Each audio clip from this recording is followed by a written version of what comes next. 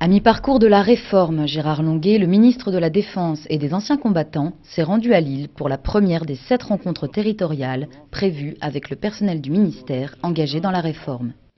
Cette rencontre a permis d'instaurer des échanges directs entre le ministre et les acteurs locaux de la zone de défense nord. Nous inaugurons aujourd'hui à Lille, dans cette superbe citadelle, dont la rénovation a incombé d'ailleurs à l'armée de terre et aux Beaux-Arts, une série de 7 rencontres régionales dans les 7 zones de défense entre les cadres de l'armée qui, sur le terrain, mettent en œuvre la réforme 2009-2015. Il faut savoir que l'armée conduit en France une réforme considérable.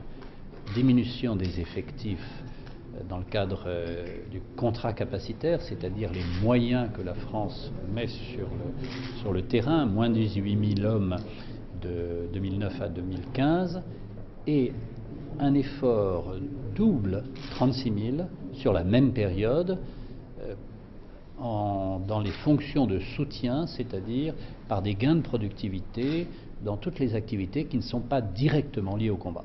Et cela est un bouleversement d'habitude, de comportement. Ce sont parfois des chocs pour des familles. Ici, dans cette région du Nord, la fermeture en 2012 de Cambrai. Évidemment, tout le monde est repris en compte, mais déménage, travaille dans d'autres conditions.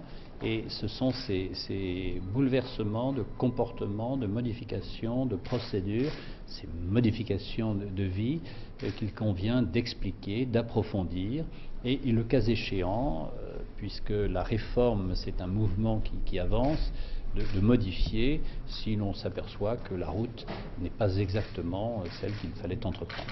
C'est donc une armée de dialogue, une armée qui a la passion de sa mission et qui parle entre cadres, officiers, sous-officiers, civils et militaires pour tirer les meilleures leçons. C'est une conduite du changement en grandeur nature qui est spectaculaire et qui est à l'image d'une armée moderne.